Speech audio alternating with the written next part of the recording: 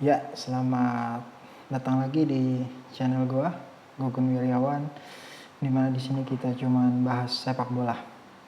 Oke, ada beberapa kabar tentang baik sepak bola dalam negeri ataupun dari luar negeri. Di sini gua akan bagi beberapa pembahasan. Yang pertama, gua pengen bahas tentang berita sepak bola dalam negeri. Nah, seperti kita sudah sama-sama tahu, timnas kita baru balik dari Prancis itu kemarin. Jadi timnas asuhan Sintayong udah balik. Nah, di situ kita lihat wajah-wajah kekecewaan dari para pemain kita dan juga ofisial.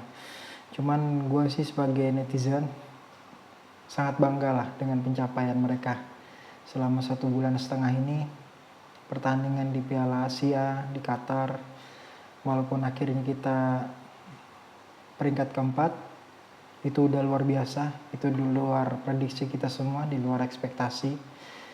Kemudian kita bisa hampir saja lolos ke Olimpiade, walaupun akhirnya kita kalah juga dengan Gini.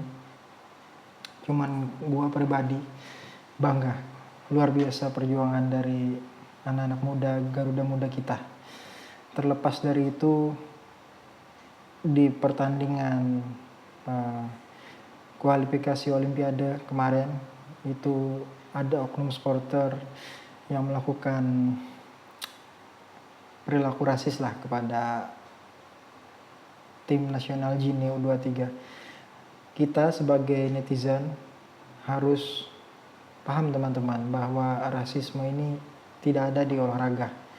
Gua harap sih di kemudian hari kita bisa lebih dewasa lagi, para netizen sepak bola ini, para penggemar bola. Kita mencintai timnas, kita juga harus siap menerima jika kita menang atau kita kalah.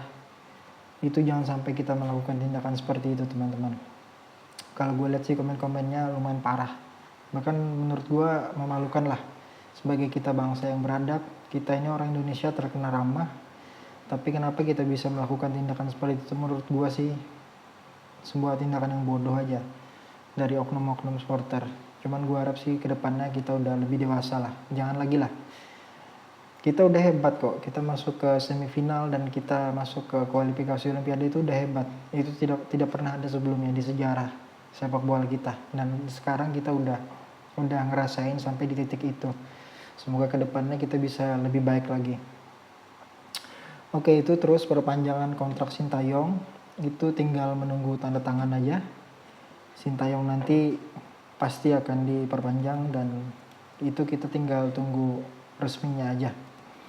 Nah, kemudian yang kita tahu Rafael Struijk juga terpilih sebagai future star. Itu dia ibaratnya dapat penghargaan lah dari AFC langsung. Dia pemain bintang masa depan lah. Semoga ini kejadian, semoga gua harap karirnya Rafael Struijk ke depannya bisa lebih bagus lagi. Semoga nanti dia bisa berpindah tim dari yang sekarang ada di Eredivisie di kasta kedua, semoga dia nanti naik ke kasta ke-1. Dan gue harap sih permainannya lebih dewasa lagi. Dan gue harap dia lebih tajam lagi ke depannya. Karena ya tugas striker adalah cetak gol. Kemudian kontrol bola, untuk tahan bola, untuk buka ruang. Cuman yang utama kita udah tahu striker adalah pencetak gol. Gue harap Rafael Struijk ke depannya bisa lebih tajam lagi. Oke, selanjutnya jadwal kita udah tahu, bentar lagi bulan Juni, ini sudah masuk pertengahan bulan Mei, sebentar lagi bulan Juni nanti kita akan saksikan timnas senior kita akan menjamu Irak dan juga Filipina. Kalau gue sih optimis, kalau dengan pemain-pemain senior gue rasa mudah-mudahan kita bisa kunci round ketiga saat lawan Irak. Bila kita menang lawan Irak nanti kita akan kunci round ketiga, itu sih harapan gue. Semoga kita bisa lolos ke round 3. Dengan tambahan pemain itu nanti ada 3, yaitu Martin Paes, kemudian Kevin Verdong dan Janus Reven. Cuman untuk Janus Reven feeling gue dia akan dimainkan di tim junior dulu teman-teman. Cuman untuk Kevin Verdong dan Martin Paes ini kan dua pemain matang. Kalau gue rasa dua pemain ini sudah harus dimasukin lah ke squad. Nah, gimana nanti Hernando Ari? Di sini gue ada baca artikel Hernando Ari ini siap bersaing dengan Martin Paes. Ini mental ini yang diperlukan pemain-pemain lokal kita teman-teman, dengan dari liga lokal. Jadi jangan merasa inferior dengan pemain-pemain timnas kita yang bermain di luar negeri. Biasa aja, sama-sama makan nasi, sama-sama punya kaki dua, sama-sama punya tangan dua, punya mata dua. Jadi tidak perlu ada mentality inferior itu. Justru ini harusnya jadi pelecut untuk para pemain-pemain lokal. Gua harap sih lebih persaingan di setiap lini lebih ketat lah, karena dengan persaingan yang lebih ketat itu juga itu akan berguna untuk timnas kita. Oke, setelah itu untuk Martin Paes kita belum tahu apakah dia bisa. Cuma feeling gue sih untuk Kevin Perdong kayaknya bisa clear di bulan Juni itu. Cuma untuk Martin Paes, karena dia kita tahu ada sedikit kendala di proses naturalisasinya. Cuman kalau info dari Pak Arya sih di media yang kita baca itu sepertinya akan clear juga si Martin Paes. Cuman tinggal waktunya aja apakah bisa cepat atau lambat. Oke, selanjutnya perjalanan pemain timnas kita di Venezia yang kita tahu, Bang Jai Izes. Nah, ternyata timnya tadi malam tuh kalah teman-teman. Kalahnya itu 1-2 dan di situ Bang Jai cetak 1 gol di menit ke-16, cuman akhirnya kalah 2-1. Dan yang promosi adalah tim punyanya Jarum Group, yaitu Como. Luar biasa. Dan yang gue baca lagi ternyata di Serie A musim depan itu klub paling kaya itu adalah Como teman-teman, mengalahkan daripada Juventus, AC Milan dan Inter.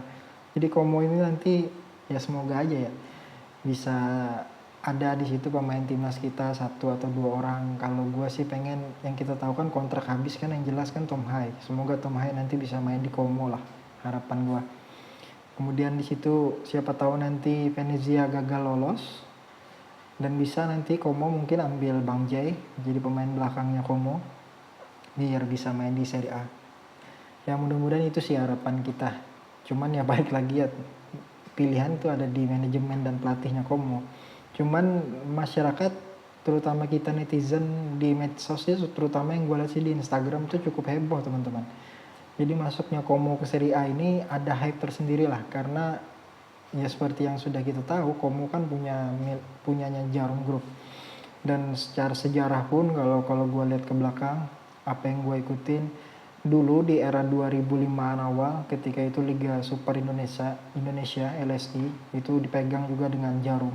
Itu luar biasa juga. Di situ awal mulanya sepak bola liga kita menjadi mulai profesional lah.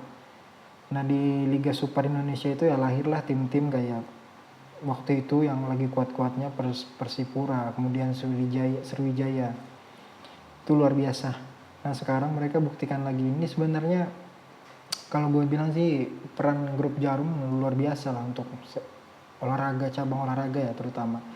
Yang sudah kita tahu bulu tangkis pun mereka pegang. Kemudian sekarang mereka sepak bola tuh coba melebarkan sayap ke mancanegara. Luar biasa sih kalau gue bilang Jarum Group.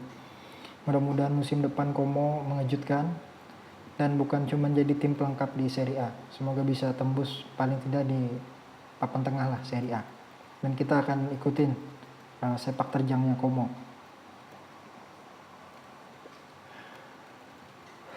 Oke, terus selanjutnya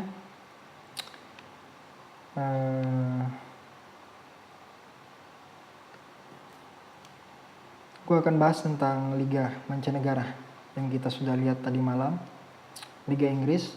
Untuk Liga Spanyol sih yang kan kita udah tahu juaranya lah, Madrid. Kalau gue rasa peringkat 2-nya Girona, peringkat 3 Barca ya nggak akan ada yang inilah, nggak akan ada yang mengejutkan lah. Kemudian Liga Italia pun sama, juaranya sudah Inter Milan, ya runner up-nya AC Milan lah.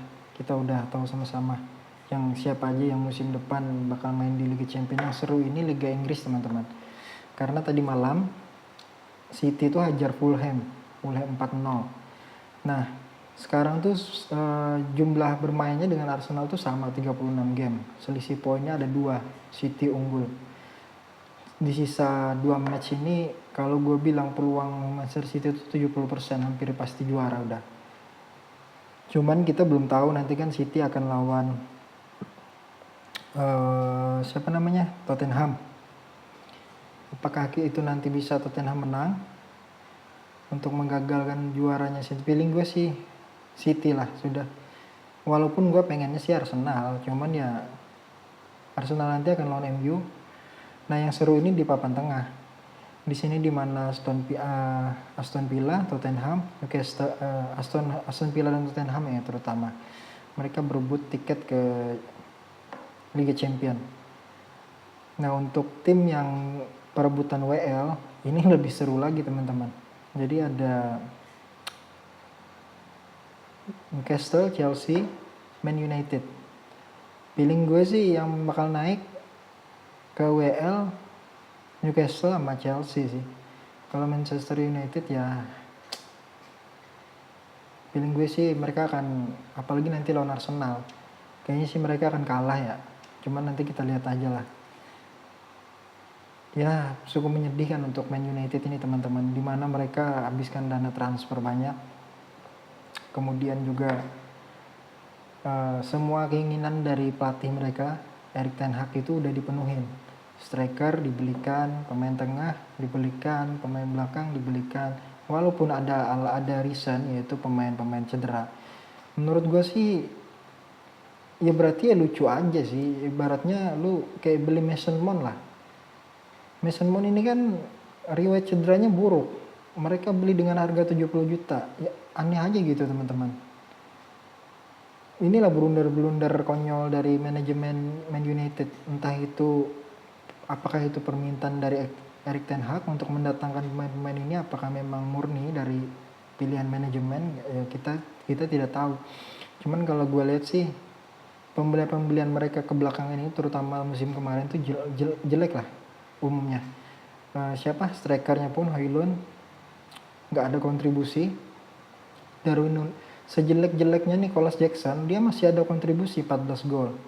Bandingkanlah dengan Højlund. Ini pemain menurut gua harganya pun luar biasa. Menurut gua nggak layak lah. Feeling gue sih Man United nggak akan main di Eropa, feeling gue.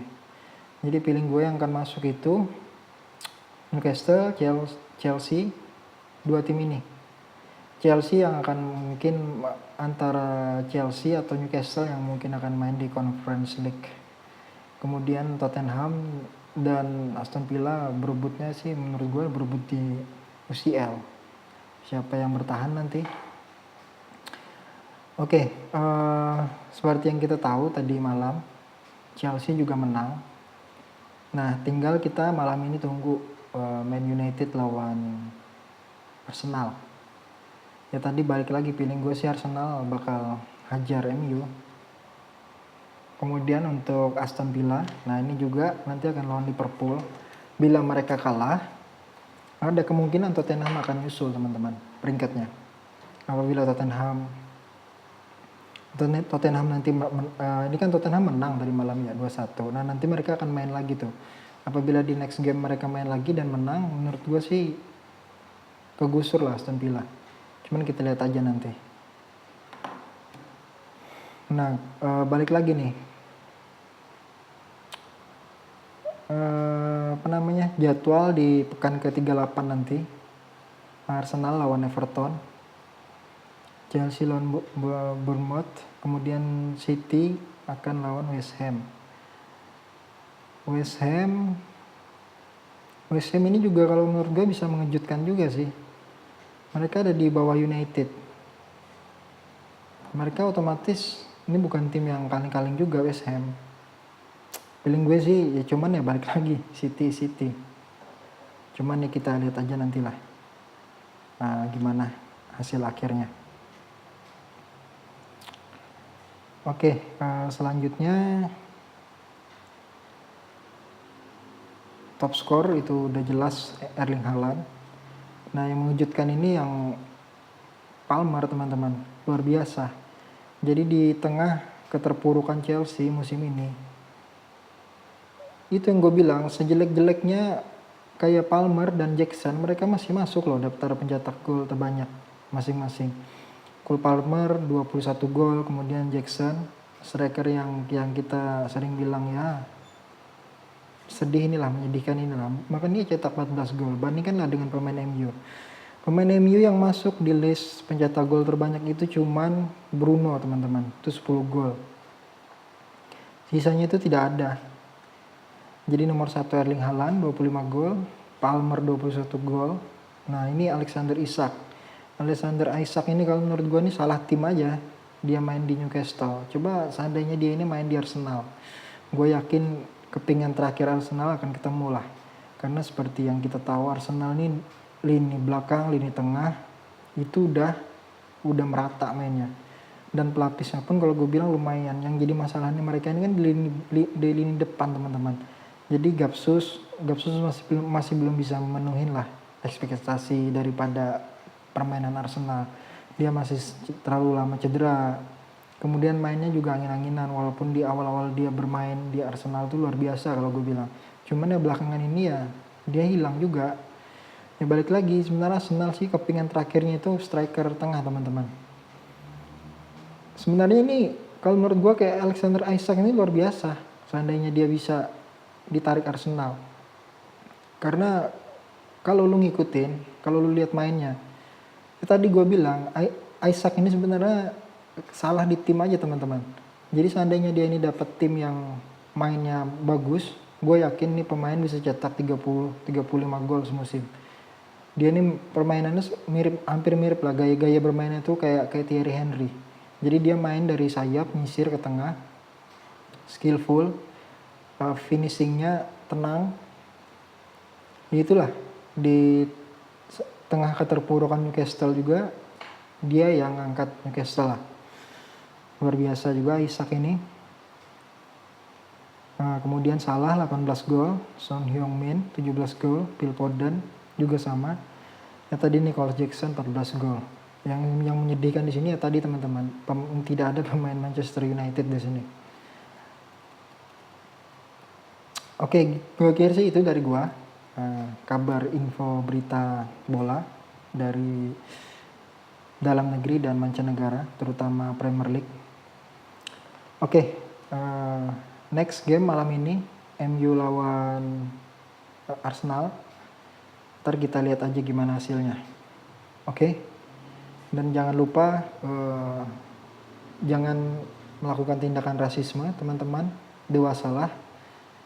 Tidak perlu kita terlalu berlebihan lah menyikapi dalam sebuah hasil pertandingan. Kita udah bangga dengan pencapaian timnas kita, jadi tidak perlu lagi ada komentar-komentar menghujat kepada pemain atau kepada official pertandingan ataupun pada tim lawan. Menurut gue sih tidak perlu, dihilangkanlah sifat kita yang seperti itu. Dewasalah. Kita sebagai pencinta timnas, pencinta sepak bola, kita harus menjaga. Say no to racist. Thank you for watching.